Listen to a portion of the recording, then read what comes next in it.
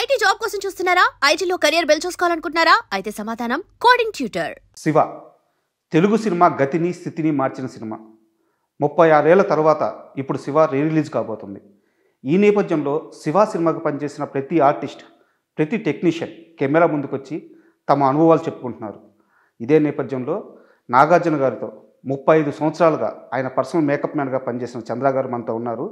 ఆయన్ని నాగార్జున చంద్ర అని ఇండస్ట్రీలో పిలుస్తారనమాట. అక్కినేని కుటుంబంతో ఆయనది 45 ఏళ్ల ప్రయాణం. ఈ నేపథ్యంలో శివ సినిమాతో ఆయనకున్న అనుబంధాన్ని, ఆయనకున్న మెమరీస్ని, అలాగే నాగార్జున గారితో ఆయనకున్న ప్రయాణాన్ని పూర్తిగా అడిగి తెలుసుకుందాం. హాయ్ సార్, నమస్తే. నమస్తే. చంద్ర, నాగార్జున చంద్ర అంటే ఇండస్ట్రీలో మిమ్మల్ని పేరు పెట్టి పిలిచేవారి కంటే కూడా నాగార్జున మనిషి అని గుర్తు చేస్తూ పిలిచేవాళ్ళు ఎక్కువ అంట. సో ఎలా సార్, అంటే ఇండస్ట్రీలోకి ఎలా వచ్చారు, అక్కినేని కుటుంబంతో ట్రావెలింగ్ ఎలా మొదలైంది, నాగార్జున గారి వద్దకు ఎలా చేరారు, ఇది ఒక్కసారి చెప్పండి సార్. నేను ఎయిత్ క్లాస్ డిస్కంటిన్యూ చేసి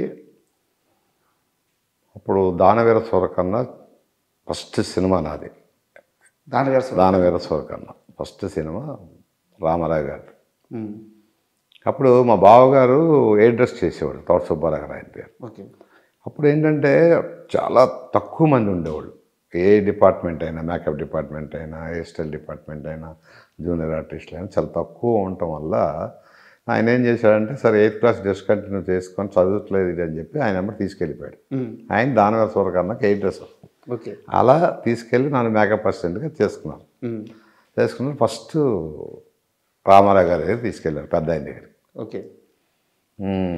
ఏం ఎవరీడు ఏం అంత సరే మా బామ్మర్ది. ఓ ఎంత చిన్న బామ్మర్ది ఉన్నాడు నీకు.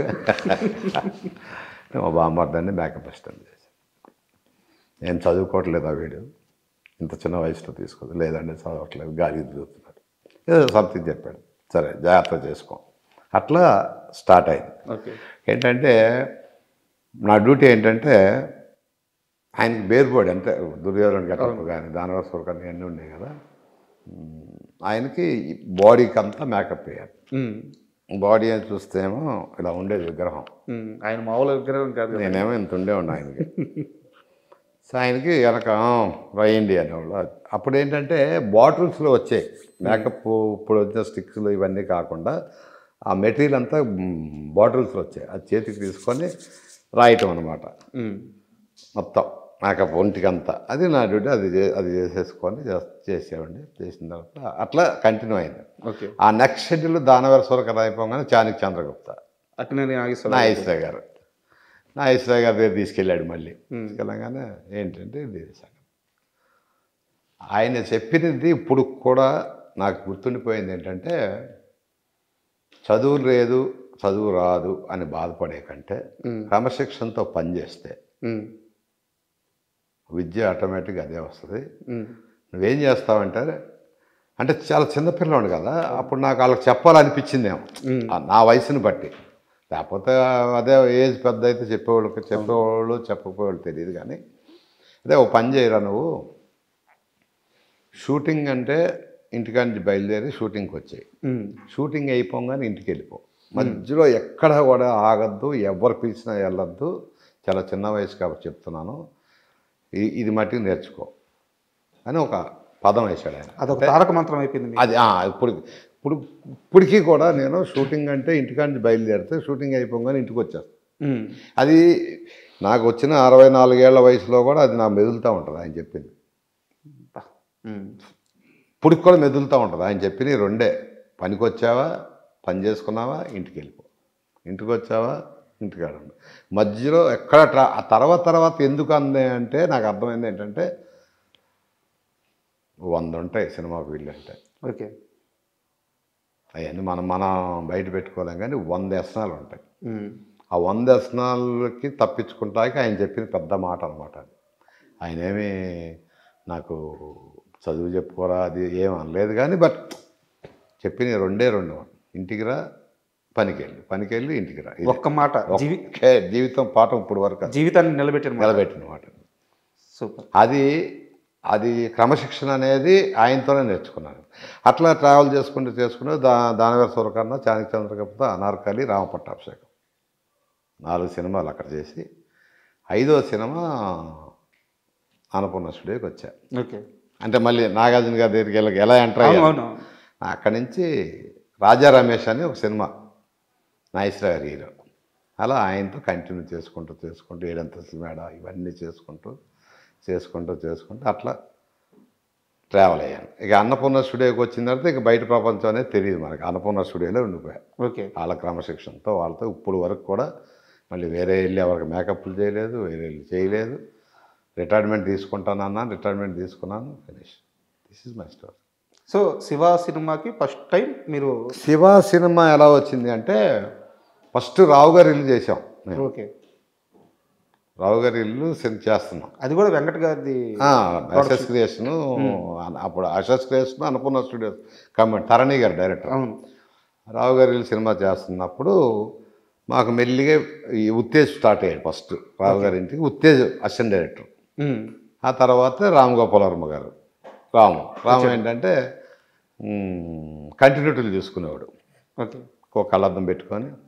అయితే రాముకున్న ఒక అలవాటు ఏంటంటే ఏ వస్తువు ఎక్కడ పెట్టాడో అక్కడ మర్చిపోయి వెళ్ళిపోతూ ఉండేవాడు. అప్పటి నుంచి మతిమరుపు అన్నాలో మరి ఏమన్నాలో కానీ మరి వేరే ఆలోచించాడో తెలియదు కానీ బట్ ఏదన్నా చేతిలో బుక్ ఉందనుకో, బుక్ ఒక దగ్గర పెట్టి వెళ్ళిపోయేవాడు అనమాట. అంటే అతని ఆలోచన విధానాలన్నీ వేరేగా ఉండేవి.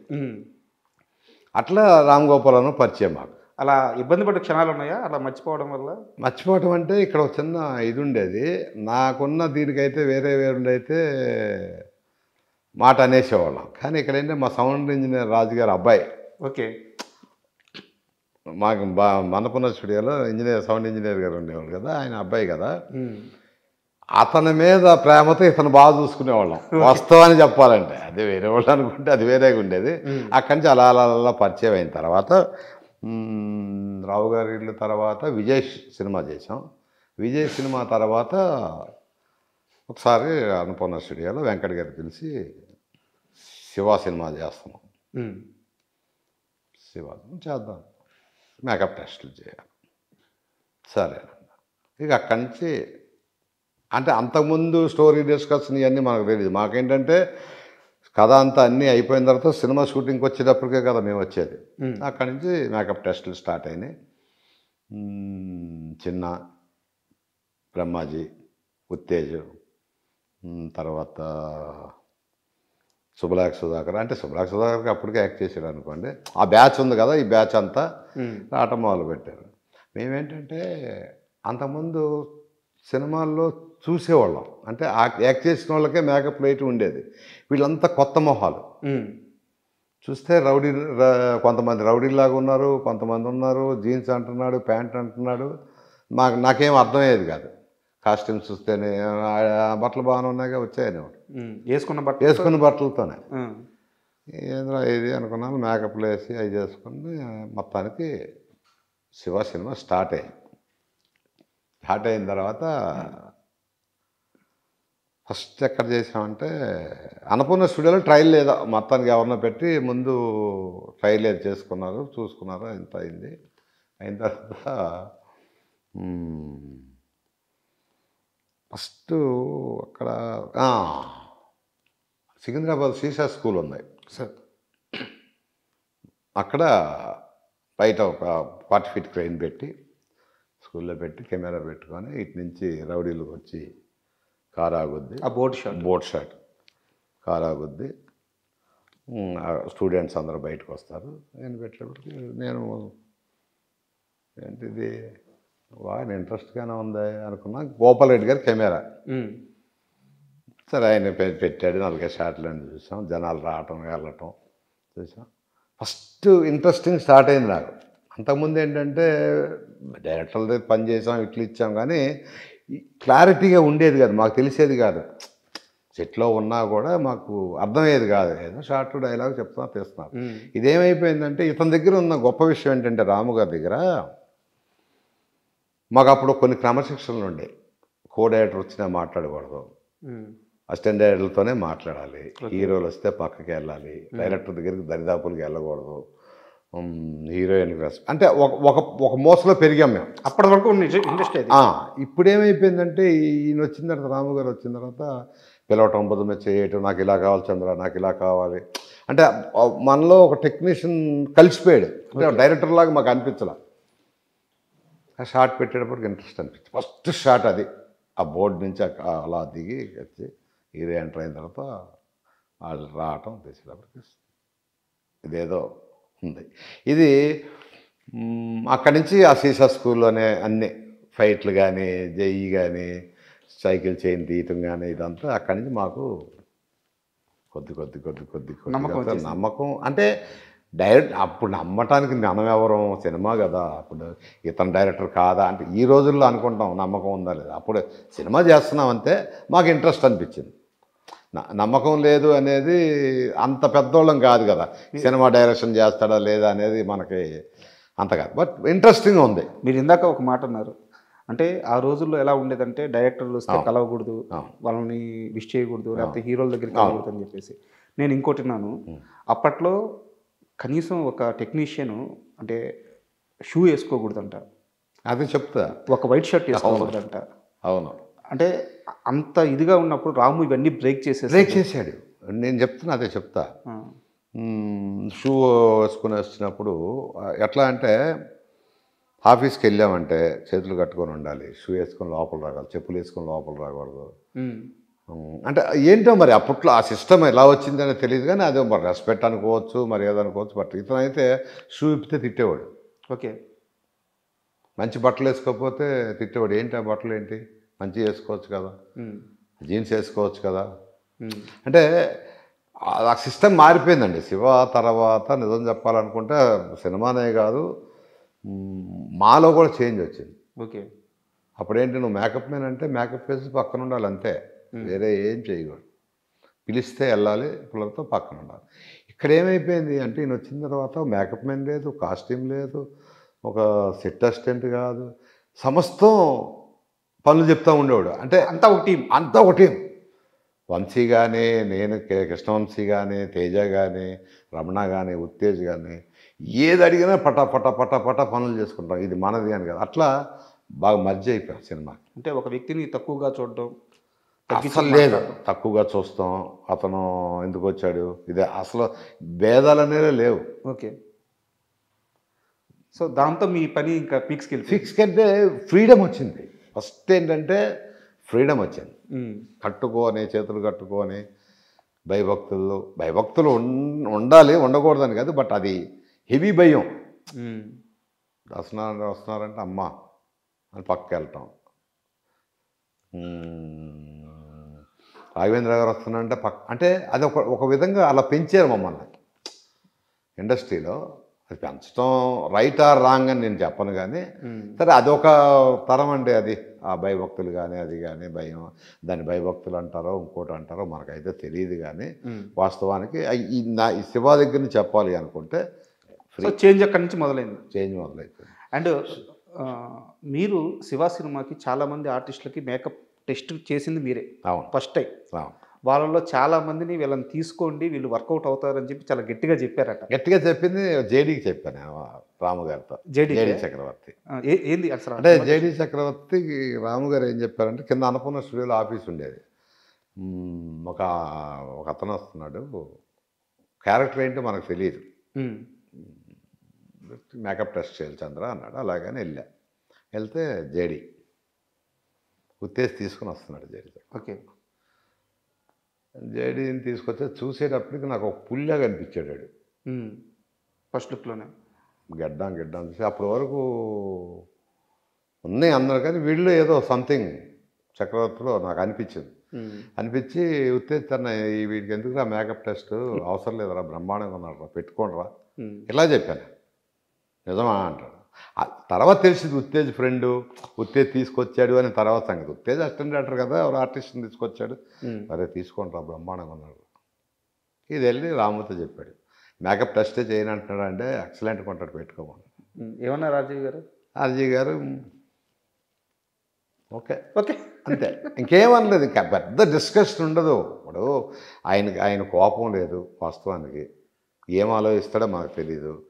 అతనికి ఎస్ అంటాడో నో అంటాడో కూడా తెలియదు. ఒకసారి అంటాడు, అంటే మనం అర్థం చేసుకోవాలి అంతే. రాము గారి దగ్గర ఉంది ఏంటంటే, ఎవరి మీద కోపడినట్టుగా నేను చూడాలి. ఓకే. నేను దగ్గర దగ్గర రాము దగ్గర 8 సినిమాలు 9 సినిమాలు మేకప్ చీఫ్గా చేశాను. తర్వాత రంగీలా కానీ, క్షణక్షణం కానీ, రాత్రి, అంతం, దెయ్యం, ఇవన్నీ చేసుకున్నా. రాము గారి మధ్య మరి 8 9 సినిమాలు చేశాను. సో ఇదే బిహేవియర్ ఎప్పుడు ఎవరిని ఇప్పుడు కూడా ఎవరిని ఏమీ అనడు. నాకు తెలిసి వాళ్ళని కోపడటం లేదా అక్కడ ఇక్కడ చెప్పటం అలాంటి వ్యక్తి కాదు. అతని పనేదో అతనిదండి, అతను కావాల్సింది అతను తీసుకుంటాడు అంతే, మిగతా వాటికి వెళ్ళాడు రాము. శివ సినిమాకి ఫస్ట్ టైం మీరు మేకప్ వేస్తున్నారు. నాగార్జున గారికి అంతకుముందు మీరు అసిస్టెంట్గా వేసి ఉండొచ్చు. అవును. కానీ శివ విషయంకి వచ్చేలేకే చాలా రియలిస్టిక్గా అవును రాము అలా కోరుకున్నారు. సో అంతకుముందు వేసిన మేకప్కి ఈ సినిమా మేకప్కి తేడా ఏంటి? అంతకుముందు మేకప్ ఏంటంటే ప్యాన్ కేకులు, ప్యాన్ స్టిక్లు చాలా వేసేసి షేడ్ అని అదని ఇదని ఒక ఐబ్రోస్ దిద్దటాలు, అంటే ఎప్పుడు డీటెయిల్డ్గా చేసుకుంటూ వచ్చాం. కళ్ళ కింద బ్లాక్ రాయటం, నోస్ కట్ చేయటం, ఇట్లా అంటే ఆ ఒరిజినాలిటీని తప్పించి ఒక అందాన్ని క్రియేట్ చేసేవాళ్ళం. అర్థమైంది. అంతే కదా. మేకప్ హెవీగా ఉండేది. మేకప్ హెవీగా ఉండేది అంటే ఎక్కడికి డీటెయిల్స్గా ఉండేవి. ఈయన వచ్చిన తర్వాత ఏమన్నాడంటే, చంద్ర నాకు అలా కాదు, నాగార్జున గారి లాగా ఉండాలి అంటే అప్పుడు ఏం చెప్పాడంటే, సాంగ్ వచ్చిందంటే లిప్స్టిక్ వేయాలి, చాలా గందరగోళంగా ఉండేది. బాబు ఇలా చూసావా నేను చెప్పానా అన్నాడు. జీన్ ప్యాంట్లు ఇట్లా రకరకాలుగా అన్నీ వచ్చేసి, సరే ఏం లేదు, సింపుల్గా ఒకే ఒక స్టిక్ తీసుకొని ఎక్కడైతే మనకి హై బ్లాక్ దగ్గర అక్కడ చేసుకొని ఒరిజినల్ షేడ్ వేసి వదిలేసా, ఇది నాకు కావాలి అంతే. నాగార్జున గారి ఫీలింగ్ ఏంటప్పుడు? నాగార్జున గారి ఫీలింగ్ ఏంటి, అంతకుముందు చెప్పేవాడు నాకు, ఈ లిప్స్టిక్లు ఎందుకురా, ఈ కనుబొమ్మ దిద్దుతావు ఎందుకురా, ఇవన్నీ వద్దురా అని చెప్తా ఉండేవాడు.